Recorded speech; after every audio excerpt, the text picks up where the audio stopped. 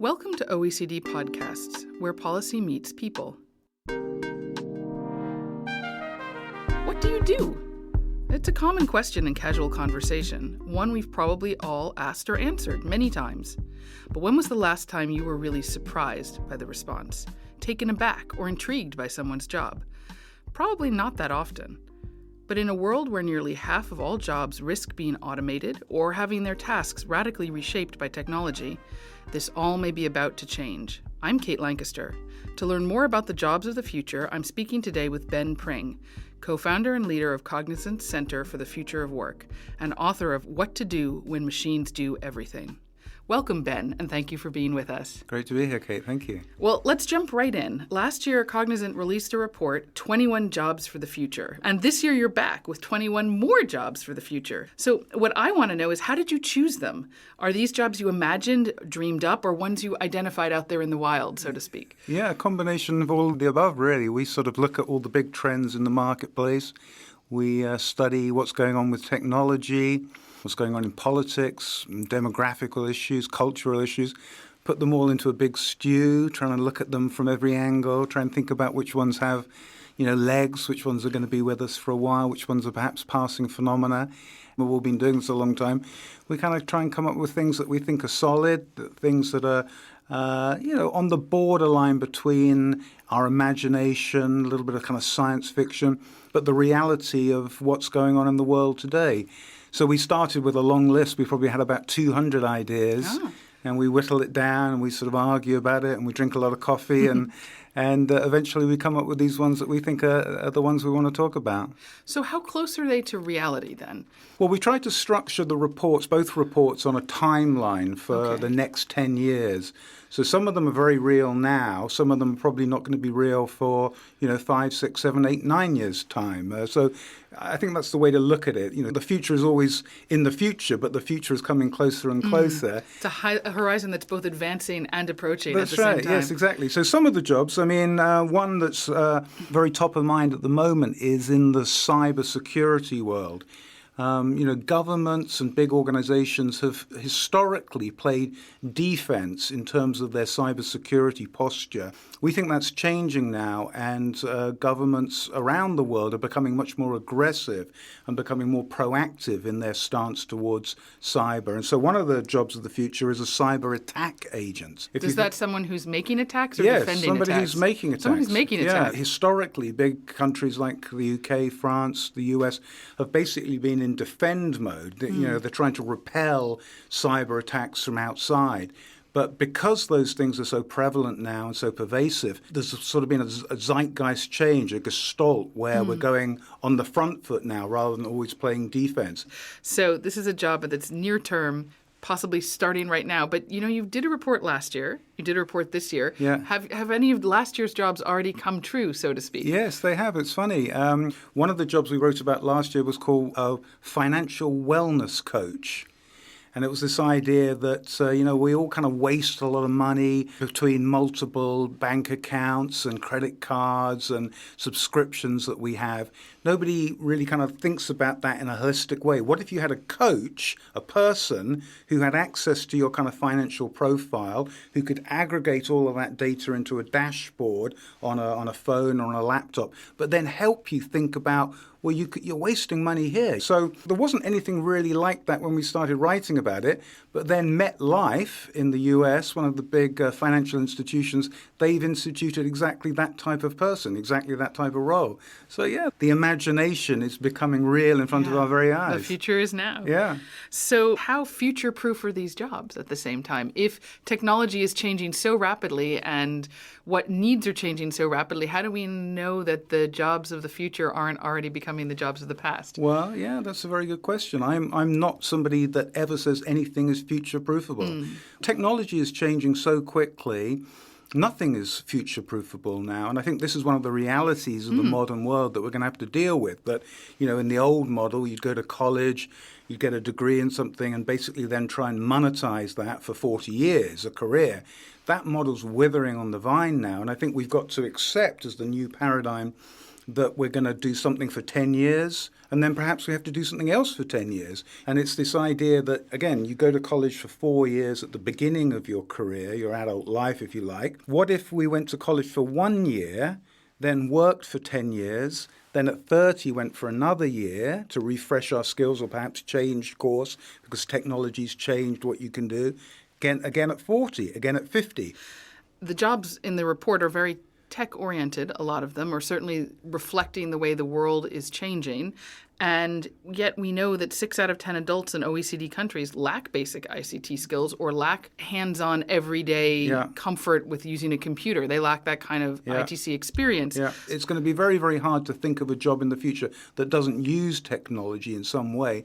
So I think that behooves us, again, as parents, as educators, as leaders of different kind of businesses and non-commercial organizations, to continue to orientate people towards having some sort of digital literacy, some comfort level with this. I think it's probably people who are maybe in their mid-40s through to their mid-30s who kind of use tech but not very much. They're the people we need to help a little bit more aggressively in terms of saying, look, you can get involved in this. You know, you can go onto free online tools. Anybody can kind of on the weekend or an evening look at this stuff, begin to get onto that ladder. Yeah, so it's a matter of both providing resources, whether it's, as you say, through online platforms or through an employer or through even public sector initiatives, but also encouraging a culture where everyone, it's normal to be a lifelong learner. Yes, exactly. And I think that's happening naturally in a way sometimes that people perhaps higher up the ladder, older people don't see. There's a groundswell of that happening. I mean, think about it in the creative industries. 20 years ago, 30 years ago, if you wanted to make a record, a demo tape, if you were a musician, you'd go into a recording studio. It would cost you $5,000, all your pocket money you'd saved up for years. You'd go into the recording studio, make a demo, and then try and get a record label to sign you up. Nowadays, on GarageBand, on a phone, you've got all of that capability on your phone for free. And I think you can think about that happening in business, in other cultural aspects as well. Kids have got these incredible new tools, the means of production, literally in their hands now. In their pocket. In their pocket, literally in the palm of their hands. And I think there's going to be an explosion of creativity, an explosion of business opportunity around that. Again, it's going to look very different. The supply and demand side economics of that are very different from the traditional model that we've been comfortable with for the last 30, 40 years. But again, that's why I'm not so gloomy as some people are, because I think a lot of seeds are blooming all around the world if you're looking. What about soft skills? Yeah. I'm an optimist as well, and I think there are many things that machines cannot do that we can, and soft skills is one of them. So no, I completely agree with you, and that thought is very much integrated into the reports that we've done and all the analysis that we've done. No, I mean, arguably, the route to beating the robots is being a better human being. Yeah. If the robots are going to do the automatable kind of routine, boring stuff, then it's going to be the human interaction. It's going to be the human interface. It's going to be humans wanting to work with other humans. And in fact, if you look, I mean, it sounds silly, but if you look at the leading edge of retail in America, in the UK, other parts of the world, there's this phenomenon called the unstore. And it's kind of inverting the notion that's happened in big retail, again, for the last generation or so, where the big retailers are trying to make everything more efficient. They're trying to squeeze people out of the equation, have self-service, have these big kind of warehouses. But people go into the store to have a human experience. I want to talk to a cool person who knows how to do this thing or can help me and inspire me to do this.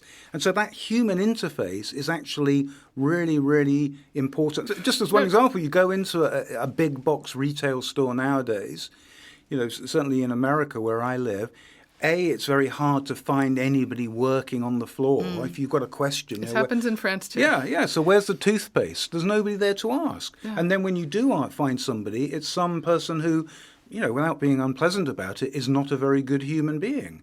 And they're not, Or perhaps we can say it does not have the social skills for the job. That's right, yeah. Well, that's what I mean. I mean, we want people who are good human beings in the sense of being able to be a part of the society that we want. And so I think that's very important. It may sound trivial to some people, but again, I think in an era of efficiency and of cutting cost, we've sort of got ourselves in a downward cycle. And I think the way to get out of that cycle is to recognize that a lot of the opportunity in the future is going to be with the human being. That it's not just about technology replacing the person because it can, because it does the dangerous job or it does the heavy lifting, but that technology and human beings work together, because if not, as you say, you end up with a soulless space. And I don't think anybody really wants that. And I think, again, if you look at the leading edge of technology development and you look at the leading practitioners of this, one example would be at Stanford in Silicon Valley in America. They've just set up a new facility there called the Center for Human-Centered AI. And it's very much driven by people, the leading edge developers of this technology, who themselves are saying, look, time out. We've got to think about this in a more holistic, human-centered way. When people talk about the fourth industrial revolution, if you look at historically the industrial revolutions and then the coincidence of real revolution, there's a complete causal match. So I think in a way when people talk about the fourth industrial revolution and this need to bring people along and to keep things human-centered, what they're really saying is we want the first industrial evolution. And that brings me to another question. There are ways in which technology has changed how we find work, how we do work, how we develop work relationships. Yeah. And for example, now we know in OECD countries, 1 in 7 workers is self-employed. Yeah. A growing number of these workers are in what we call the gray zone. Yeah. So they may be independent contractors or gig workers, but they only have one main client. So in many respects, they are very similar to an employee, but without the access to benefits, social protections that the traditional jobs used to have. So how do we grapple with this? Very big question. It's a very kind of mind-blowing question in a way. And of course, everything you point to is far worse in America than it is in Europe. The sort of European social net, which doesn't exist in America, makes the situation there even more precarious. I mean, there are, just as an aside, again, very intelligent, very well-positioned people in academia and elsewhere who are thinking exactly about that, about, in essence, trying to create a new social contract for the social network age. I think that's work in progress. Is going to take a long time. Ultimately, the answer boils down to two things: legislation, regulation, so i.e. political control. The other control mechanism a society has to right itself, if you like, is the power of your purse. We individually all have the power of our purse. And so ultimately, I think if you feel uncomfortable with, the Uber-style platform model, well, take a taxi.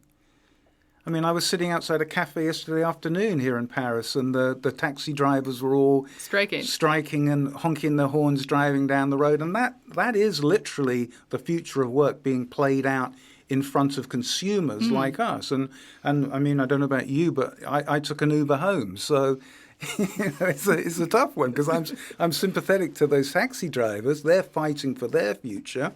But, the Uber is easier for me. So it's a very, very complicated issue, and I think it'll take generations to really play that out. And as you say, one where engagement happens on so many different levels in the public policy sphere, but also at the level of every individual person, each consumer. Yes, every time you make a purchasing decision, you are expressing some form of your own response to all of these discussions. And unfortunately or not, the truth is we all know that it would be hypocritical of us to say, I don't want to spend less money. And we all do want to get things cheaper and cheaper. But, in the macroeconomic sense, what ultimately that sort of does. Well, it's been fantastic talking to you, and Great, I could nice talk all afternoon. But before we say goodbye, I have one last question for you. Yeah. Question we've been asking many people over the past 6 months as part of our I Am the Future of Work campaign at the OECD. And it's very simple. What is your hope for the future of work? My hope for the future of work is that we create better work. I think a lot of people have what I call a pre-nostalgia for work that's going away. And we know that a lot of work that people do today is awful work, terrible work. If you're on a checkout counter, if you're doing telesales, trying to sell cruise ships, if you're in a factory floor, if you're in a mine, a lot of that work is terrible, terrible work, soulless, soul-destroying work. There's an economist at the London School of Economics called David Graeber, who, if people haven't come across, they should definitely look him up. He's a very interesting writer. He talks about bullshit jobs, that lots and lots of people, bourgeois, white-collar, middle-class people, do bullshit jobs. Those jobs could be automated away and give us the platform and the opportunity and the space to create better work.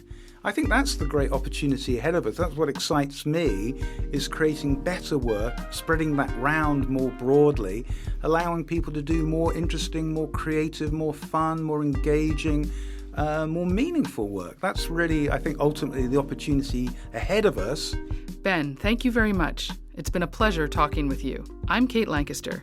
Thank you for listening to OECD Podcasts.